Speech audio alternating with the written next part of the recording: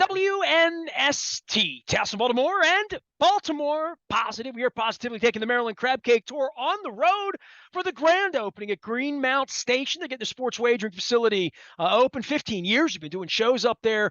Chris is the first regular dude in, so we're going to be up there doing that on Friday with our friends in the Maryland Lottery in conjunction with Goodwill and Window Nation. Don't forget Goodwill here for holiday weekend as well. Next week, back to my homeland of Dundalk, moving out of Hampstead in Carroll County down to the Fountain at Drug City, where I rented many VHS tapes back in the 1980s, including Prince's Purple Rain.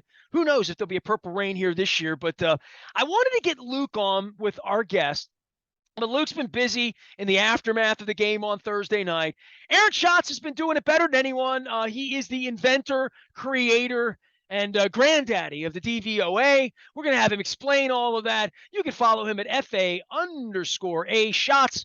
He is the football outsider for real. And I always say, was introduced to me outside the media door at the foot of the Hoosier Dome by the great Jim Schwartz as the next great innovator in mind of all things stats. And you know, my dad was a stat nerd. So if my dad had lived long enough, my dad would have been a subscriber to all things of yours. It's always good to have you back on, especially in the aftermath of, I think, an interesting game to talk about Lamar and offense and the Ravens and Tom Brady. It's great to have you back, brother. How you been? Thanks for having me on. Yeah, it's good to be back. And, you know, I think Baltimore fans feel pretty good because they had a fourth quarter lead and they didn't blow it. Well, 1-8 ain't bad, you know. I mean, through it all, listen, Brady had him on the goal line. They had to have an onside kick. Let's not act like this was not, to some degree, a squeaker, but halftime adjustments. Harbaugh says, I was a genius. We softened them up in the first half by throwing it really poorly and inefficiently and scoring no points. But then we came out and we pounded it out in the second half. Somewhere in there lies what they want to do and what they're capable of doing and what they're best suited doing. And I wrote a piece last week and said ground Roman is where I was. Not that I want Lamar 9 of 16 for $1.50 every week, but there is a point to say, why are you trying to fix something that's not broken? Why do we want them to throw the ball more, Aaron? Well, I think that, okay, so first of all, in general in football, passing is more efficient than rushing. That may not be true of this team, but it is true in general. The other is, I think that against Tampa Bay, they said, oh my God, all the defensive backs are hurt. Like, this is a weakness we could pick on. Let's go pick on their weakness. And they spent the first half trying to pick on that weakness. And it turned out that that weakness was not as weak as they expected. So they came out in the second half and said, okay, instead of doing, let's attack the weakness of the opponent, let's go back to, let's do our strength. And they had more success with that. Well, the strange part is to say, well, they're playing with their B team.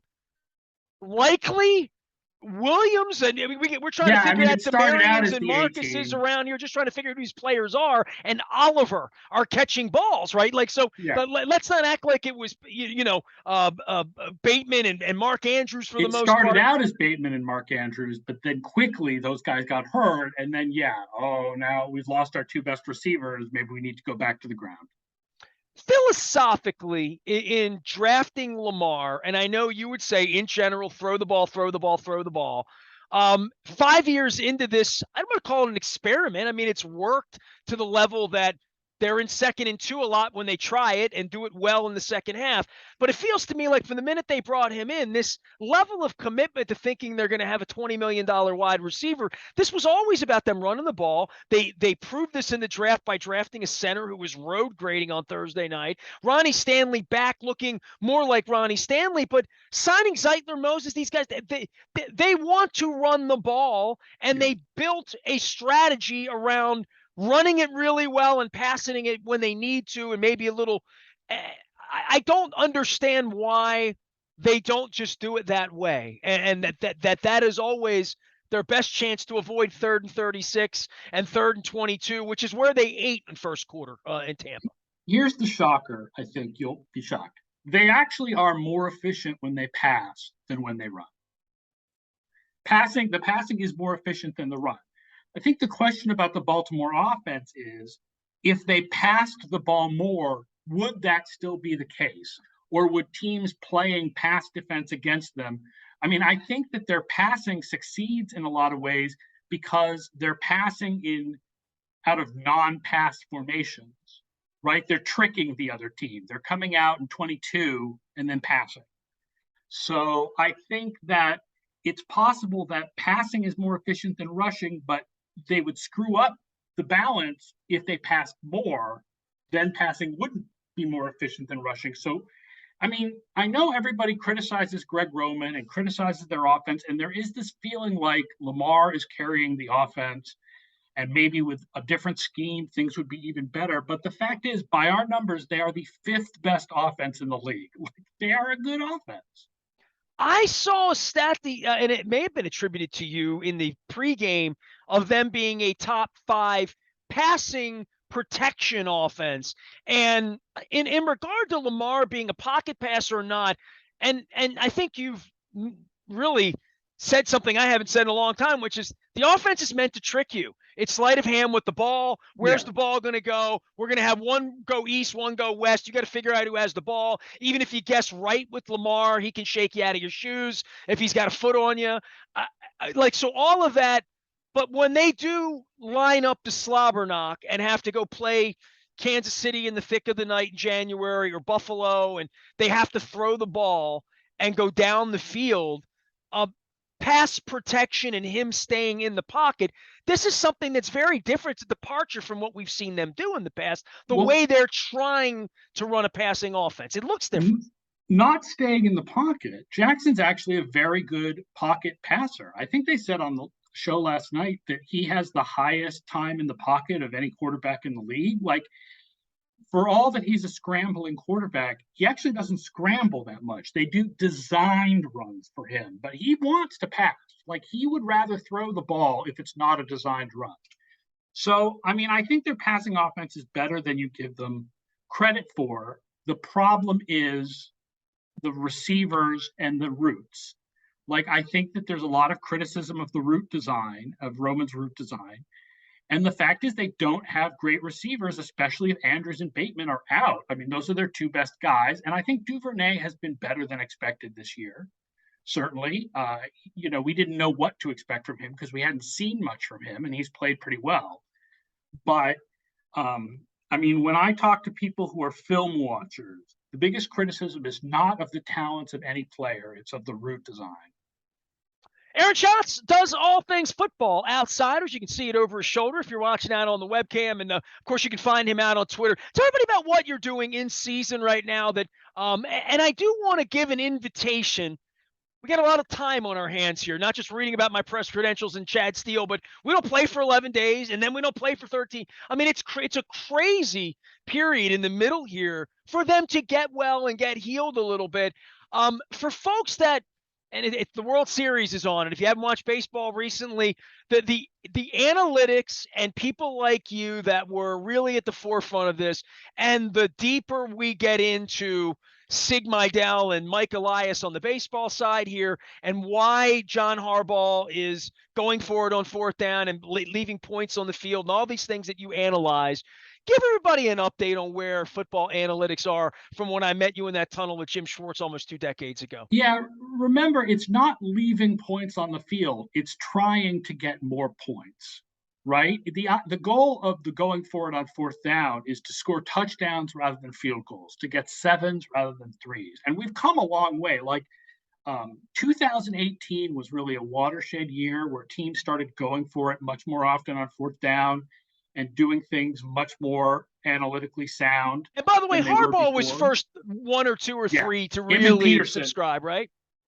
Doug Peterson and John Harbaugh were the first guys to really subscribe to this, yeah. And, so I've called John Harbaugh the prince who was promised. I mean, for how aggressive he's been. I mean, he's been super aggressive despite having the greatest kicker of all time.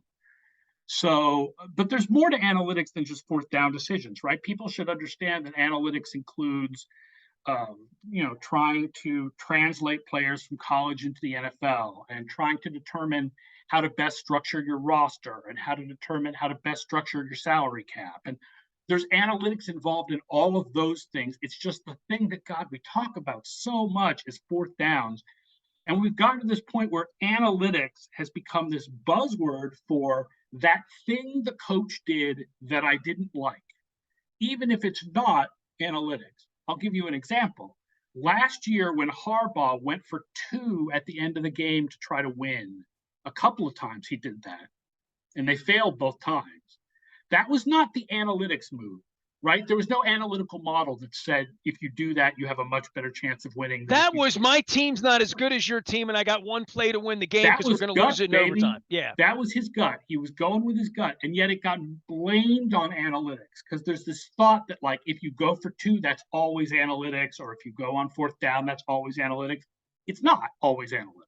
Well, extending the game and living another day is, its own analytic, right? Just to say, we're still playing 5 minutes from now. If we F this up, we lose. One of the messages of analytics is that you play to win the game.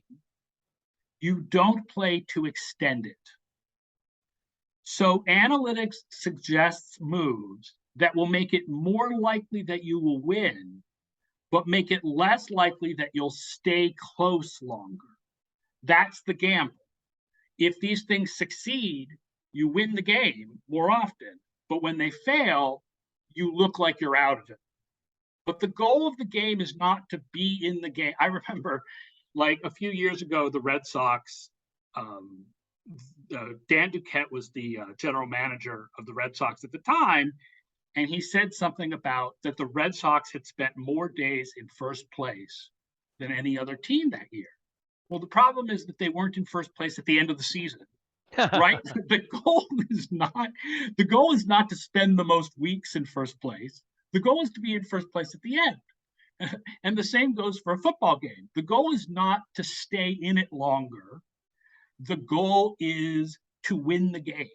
That's why, for example, there are analytical moves that you are suggested to make, which make it more likely you'll win, but less likely you will go to overtime.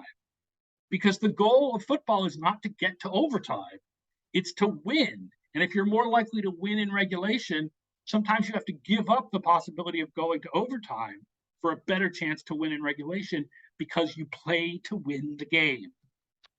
Herm Edwards would probably agree with Aaron Schatz. He's here. He is the DVOA. I want to hit you with that before I go back to the Ravens roster, maybe a little bit of Tom Brady here as we have a little bit of time on our hands. But in inventing something that is now industry standard, so if my dad came back and I said, hey, meet my friend Aaron, he's like, he's a football savant. He's created this analytical.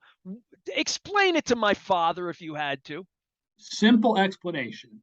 We judge the success of every play based on the down and distance. It gets compared to a league average baseline and adjusted for situation and opponent. Man, that's, down in distance in running the ball for the Ravens. You said they're more efficient passing the football. They are. Yeah, I mean, I'm not here to argue that. Running the football and putting themselves in a position to be in a better down and distance. I didn't love 3rd and 36 and 3rd and 22. And I think to myself, the Barry Sanders, he may run a mile, but you may be in 2nd and 16 and have to punt. And they got a good punter too, by the way. The Ravens special teams, I'll get to Tucker in a minute. Best special teams in the league by our numbers. And you can bake Tucker into this as well. But down and distance in 2nd and short, to me, for them over the last 5 years, when they're in that situation, they're eminently more effective in throwing the ball as well. Oh yeah, but the fact is, a pass is more likely to put you in 2nd and short than a run is. And here's the deal. The runs are much more grouped around the average. Passes have a much wider span of possibility. So with passes, you end up with more long, deep gains. You end up with more 10s and 15s, but you also end up with sacks. With runs, you end up with a lot of 3, 4, and 5.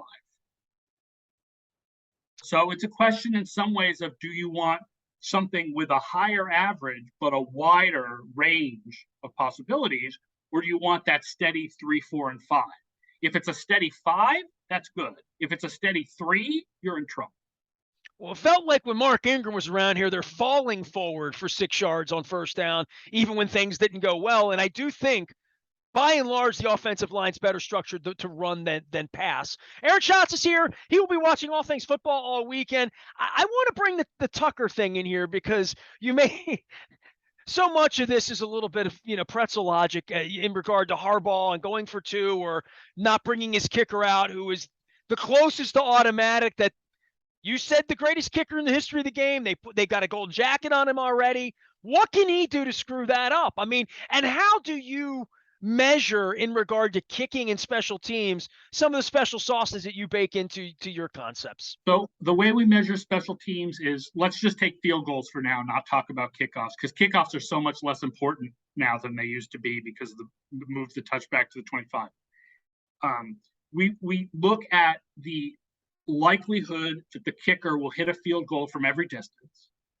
So like if the average number of points on a field goal from 40 is 2.5 and you hit the field goal, we give you 0.5 a point because that's how much you got above average. And then we adjust that for weather and altitude because it's easier to kick in Denver, for example, or indoors. So if you do that, like Tucker is the most valuable kicker of all time, and it's not even, I mean, I wouldn't say it's not even close. There's one guy who's close to him if you adjust for era, and that's Nick Lowry of the 1980s Kansas City Chiefs. Otherwise, nobody has ever been close to Tucker. And the other thing that Tucker gives you is the ability to try kicks from longer distances. Even if he doesn't hit that 60, at least gives you the opportunity to try that 60, and some of the time he's going to hit it. Well, I mean, they tried it the other night, right? And got a hand on it in Tampa.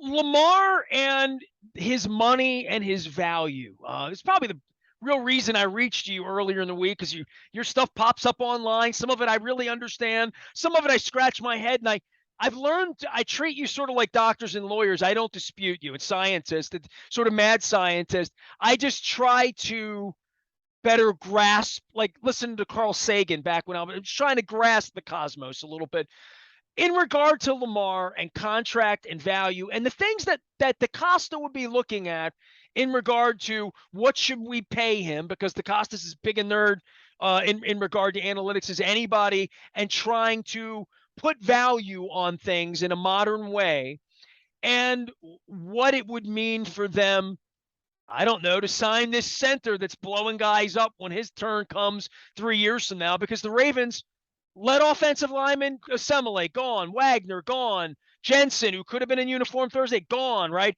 So these big ticket players that they couldn't sign in the Flacco era, they're about to get back in that. Lamar had his sign and all of that.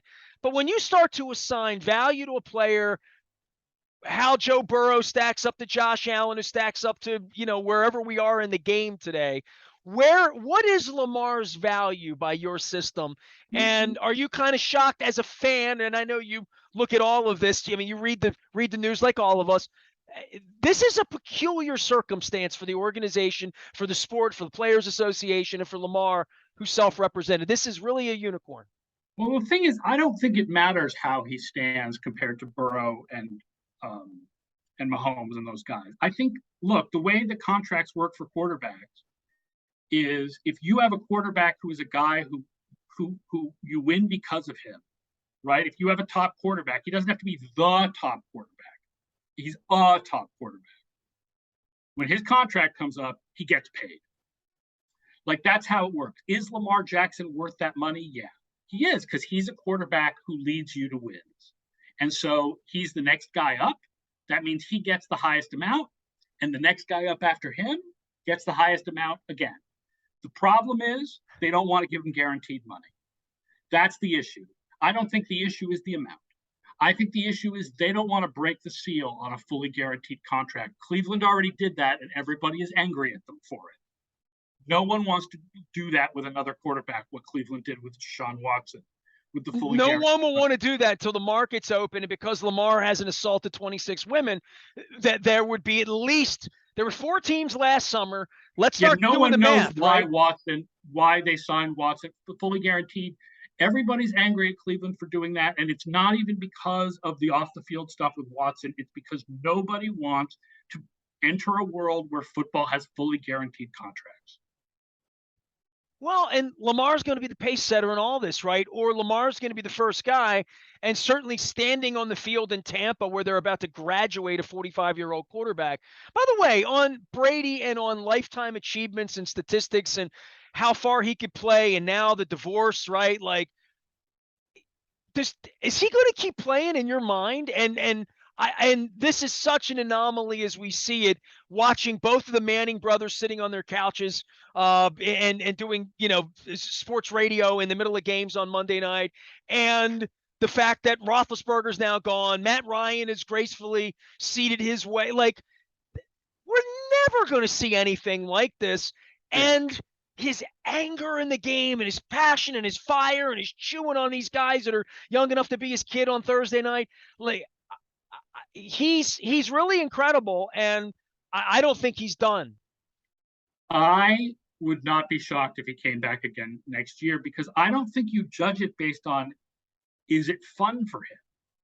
I think you judge it based on, does he feel he has something to prove? And if there's a down year this year, all of a sudden he's got something to prove again, and he no longer has his wife asking him to come back home because they're going to get a divorce now, which is mind-blowing to me. Yeah, it's a sad thing. I mean, the news just broke before we chatted. I told I had Dennis Kalatzos on after from Coons Baltimore 4 with me, and I said I was with Cal Ripken Thursday night and saw this joyous man at this point in his life being that guy, and like 2 hours later I'm watching Tom Brady. I'm like, why is he not that guy? Like, it's just it makes me kind of sad for him, and I was never his fan. Believe me, I'm in Baltimore. He is so driven. So I could see him saying, well, there's no reason for me to go home at this point. Like, let's prove that last year was a fluke. Let's go out and do it, show how good I am again, and just keep working hard. And I mean, they really need better players. They weren't very good. He has nothing else left to play for, right? The guy's won 7 Super Bowls. There's nothing left to play for except to prove people wrong. And the fact that he's struggling this year gives him another opportunity to prove people wrong. Well, you've been proving people wrong for a long time. Give everybody your invitation, your elevator speech for everything you do and all the ways they can stay connected to you and honestly learn more about football. I mean, you look at football differently than a lot of other folks, and you really paved an incredible path for people to talk about football differently and think about it differently. FootballOutsiders.com has tons of original content, advanced stats, film study, humor. Football Outsiders FO Plus, which is our premium subscription service, gives you a more detailed database of stats. It gives you picks against the spread. It gives you content you wouldn't get otherwise. You get our stats on Mondays instead of having to wait Tuesdays for them. So you can go to footballoutsiders.com/subscribe for more information about that. And yeah, you can follow us on Twitter. Football Outsiders is just at FB Outsiders. And I am at FO_A Schatz, my difficult to spell last name, ASCHATZ. Appreciate you, man. As always, get together once or twice a year. I don't know that I'm doing Super Bowl this year. I don't know that I'm not. I haven't figured all that out. It's a little weird watching the games on TV and, games over 5 minutes. I go to bed, I wake up, and next thing I know, Lamar's holding a sign saying pay the man. So I'm just trying to organize through all this. But we have a couple of weird weeks here, a couple of weird Sundays where we're going to sit around and watch football all day and await, hopefully, some better health for some of the skill position players. Schedule. Ravens' schedule gets much easier in the second half of the season. All right, well, so I'll call you in early January. We'll talk about them having to go to Buffalo or go to Kansas City or wherever they're going to have to go at this point. But it won't be Pittsburgh and it won't be New England at this point. Aaron, always great to visit with you, man. Hope I get to see you again soon. Sounds good, man. Aaron Schatz and I, early morning buffets in Indianapolis on some cold combine days out there when you're not in the hamster wheel of the interior downtown. I am Nestor. We are WNST AM 1570. It's House in Baltimore. We never stop talking Baltimore positive.